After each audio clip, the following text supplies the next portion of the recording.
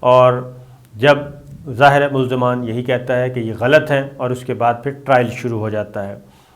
اگر یہ مقدمہ چلتا ہے اور اس میں زیادہ تر ثبوت جو ہیں وہ دستاویزی ہیں، بینک اکاؤنٹس ہیں اور بینک آفیسرز نے تصدیق کی ہے کہ یہ بینک اکاؤنٹس کھلے گئے، فلاں آپریٹ کر رہا تھا، ان ملازمین کے تنخواہیں جو ہیں وہ 15,000 ہے، 20,000 ہے، 40,000 ہے، 80,000 ہے، لیکن ان ملازمین کی تنخواہوں میں پیسہ جو رقم آ رہی ہے وہ آ رہی ہے کروڑوں نہیں اربوں کے حساب سے۔ ایک اکاؤنٹ میں 4 ارب روپیہ بھی گیا، اور بیسیکلی ایف آئی اے کے مطابق وہ تمام کے تمام یہ پیسے جو ہیں وہ شہباز شریف فیملی کے ہیں، اور جو ملازمین ہیں اور دیگر جتنے بھی ہیں وہ پراکسیز ہیں، وہ فیک اکاؤنٹس ہیں، آپریٹ ان کے نام سے کھولا گیا لیکن یہ آپریٹ کر رہے تھے شہباز شریف اور اس کی فیملی۔ یہ ہے الزام۔ تو کافی دستاویزی ثبوت موجود ہیں، کئی جلدیں ہیں، ظاہر ہے اکاؤنٹس کی ڈیٹیلز ہیں، بینک آفیسر نے تصدیق کر دی ہے۔ تو یہ مقدمہ چلتا ہے تو زیادہ سے زیادہ 3 سے 5 ماہ کے اندر اندر اس کا فیصلہ ہو جائے گا، بری ہونا ہوا بری ہو جائیں گے، سزا ہونی ہوئی سزا ہو جائے گی۔ تو اس سے زیادہ لمبا کیس چلتا نہیں ہے، فوجداری کیس ہے، کرمنل کیس ہے، اور یہ دیوانی مقدمہ نہیں ہے کہ جس میں تاریخیں بھی لمبی لمبی دی جائیں۔ تو دیکھتے ہیں کیا ہوتا ہے۔ اب 18 فروری کو یہ مقدمہ فرد جرم عائد ہونی ہے۔ فرد جرم عائد ہونے کے بعد مزید معاملات خراب ہو سکتے ہیں، اور شاید اسی لیے شہباز شریف جو ہیں وہ بہت زیادہ متحرک ہو گئے تھے پولیٹکس میں، کہ اپنا قد کاٹھ بڑھا رہے تھے، اپنا وزن بڑھا رہے تھے، لیکن شاید ان کے لیے آنے والے دن اچھے نہ ہوں اگر یہ معاملہ اسی طریقے سے اسی سپیڈ سے آگے بڑھتا ہے۔ آگے ایک اور خبر ہے جی، اور وہ ہے چائنا کے ساتھ معاہدہ ہوا ہے، ایک بہت ہی اچھا معاہدہ، اور اس معاہدے میں توسیع کر دی گئی ہے۔ اچھی خبریں آ رہی ہیں۔ یہ بھی دورہ چین جو ہے وزیر اعظم عمران خان کا، یہ اسی کا ایک حصہ سمجھیں آپ۔ سینڈک ہے، سونے اور تانبے کے ذخائر ہیں وہاں پہ آلریڈی کام ہو رہا ہے، اور چین کی کمپنی ہے اس کے ساتھ ایگریمنٹ ہے، وہ وہاں پہ خام مال نکال رہی ہے، یعنی کہ سونا اور تانبا نکال رہی ہے، اور وہ پیسہ پاکستان کی معیشت میں شامل ہو رہا ہے۔ ای سی سی نے Saindak metals limited S M L اور چین کی میٹالورجیکل کنسٹرکشن کمپنی ہے، کارپوریشن ہے بلکہ، ان کے درمیان جو سینڈک کاپر گولڈ پروجیکٹ ہے اس کی لیز کے معاہدے میں 15 سال کی توسیع کی گئی ہے، اور اب یہ 1 نومبر 2037 تک توسیع کر دی گئی ہے۔ پیٹرولیم ڈویژن کی سمری کی بھی منظوری دے دی گئی ہے، اور ای سی سی نے پیشہ ورانہ جو ماہر اداروں کے ذریعے سالانہ منصوبے کے مالیاتی تخمینے کا جائزہ لینے کی بھی سفارش کی ہے اسی پروجیکٹ میں، کیونکہ یہ بہت بڑا ذخیرہ ہے سونے اور تانبے کا جس پہ کام ہو رہا ہے، اور یہ ایکٹیو ہے۔ ایس ایم ایل وفاقی حکومت کا 100% پبلک سیکٹر ادارہ ہے، اور جو بلوچستان ضلع چاغی میں سینڈک کاپر گولڈ منصوبے کے انتظامی امور کا ذمہ دار ہے۔ ایک کمپنی پاکستان کی ہے، دوسری چائنا کی ہے، اور یہ پروجیکٹ جو ہے وہ مقامی دھاتوں کی دریافت، کان کنی اور بلسٹر کاپر کی پروسیسنگ کے لیے تیار کیا گیا تھا، اور ذوالفقار علی بھٹو سے لے کر اب تک اس منصوبے پر تقریباً 30 ارب روپے کی سرمایہ کاری کی گئی، اور پھر 31 اکتوبر 2022 تک ایکسپورٹ پروسیسنگ زون ڈکلیئر کر دیا گیا تھا۔ یہ چینی سرکاری کمپنی ایم سی سی 2001 سے جی اس منصوبے پر کو لیز پر چلا رہی ہے، اور مشرف انتظامیہ نے بھی اس میں اضافہ کیا تھا، اور اب 15 سال کی مزید توسیع کر دی گئی ہے۔ تو اس سے کہہ سکتے ہیں کہ ہم پاکستان اور چائنا کے درمیان معاملات اچھے جا رہے ہیں، اور اگر یہ سینڈک کے ساتھ ساتھ ریکوڈک پہ بھی کام شروع ہونے والا ہے تو اس کے بعد مزید اچھی خبریں آپ کو سننے کو ملیں گی۔ اب وزیر اعظم عمران خان نے وزراء کو جو ہے ان کی کارکردگی جانچنے کے لیے ایک نیا طریقہ دریافت کیا، اور آئندہ سے انہوں نے کہا تھا، کچھ عرصہ پہلے کہا تھا کہ وزیروں کی کارکردگی اور وزارتوں کی کارکردگی اس کا جائزہ لیا جا رہا ہے، اور اس کے لیے انہوں نے خاموشی سے ارباب شہزاد جو ان کے ایڈوائزر ہیں ان کو مختص کیا گیا تھا ان کاموں کے لیے، اور انہوں نے خاموشی سے رپورٹ تیار کی، وزیر اعظم عمران خان کو پیش کی، اور اس میں 55 لوگوں میں صرف 10 لوگ جو ہیں ان کو سرٹیفکیٹ دیا جا سکا، اور باقی 45 لوگ اچھی کارکردگی کا مظاہرہ نہیں کر سکے، یہی کہہ سکتے ہیں۔ اور جن 10 لوگوں کو، کابینہ ممبرز کو یہ سرٹیفکیٹ دیے گئے، ان میں صرف 8 وزیر ہیں۔ وزیروں کی تعداد، وزرائے مملکت کی تعداد بہت زیادہ ہے، لیکن صرف 8 وزیر اس میں شامل کیے گئے تھے، اور 2 جو ہیں وہ معاونین خصوصی شامل ہیں، باقی سب کو فارغ کر دیا گیا۔ بہترین کارکردگی نمبر 1 پہ مراد سعید صاحب کو دی گئی، اسد عمر صاحب دوسرے نمبر پہ قرار پائے، ثانیہ نشتر تیسرے نمبر پہ رہیں، شفقت محمود جو کہ پی ٹی آئی پنجاب کے صدر بھی ہیں، ان کو چوتھا نمبر دیا گیا، بلکہ تیسرا نمبر جو ہے شفقت محمود چوتھا نمبر، شیری مزاری صاحب 5واں، خسرو بختیار صاحب 6ٹھا، اور معید یوسف ان کو 7واں نمبر ملا۔ 8واں نمبر ملا عبدالرزاق داؤد جو کہ ایڈوائزر ہیں، شیخ رشید وفاقی وزیر ہیں، ان کو 9 نمبر پہ رکھا گیا، اور فخر امام ان کو آخری یعنی کہ 10ویں نمبر پہ رکھا گیا۔ اب شیخ رشید صاحب وزارت داخلہ چلا رہے ہیں، فخر امام صاحب نیشنل فوڈ سیکورٹی ہیں، اور عبدالرزاق داؤد وزارت تجارت چلا رہے ہیں۔ ان کو کیونکہ وہ امپورٹ ایکسپورٹ اس پہ خاصی توجہ دے رہے ہیں، تو یہ ٹوٹل 8 وزراء اور 2 معاونین جو ہیں وہ اس قابل قرار پائے، اور باقی جو ہیں ان کی ہو گئی چھٹی۔ شاہ محمود قریشی صاحب کو بھی سرٹیفکیٹ نہیں مل سکا، فواد چودھری صاحب کو بھی نہیں مل سکا، فروغ نسیم صاحب کو نہیں مل سکا، بہت سے اہم جو وزراء ہیں ان کو یہ سرٹیفکیٹ نہیں مل سکا۔ تو بہت سارے وزراء جی، اہم ترین وزراء جو ہیں وہ وزیر اعظم عمران خان کے نزدیک کارکردگی کے اعتبار سے فٹ قرار نہیں پائے۔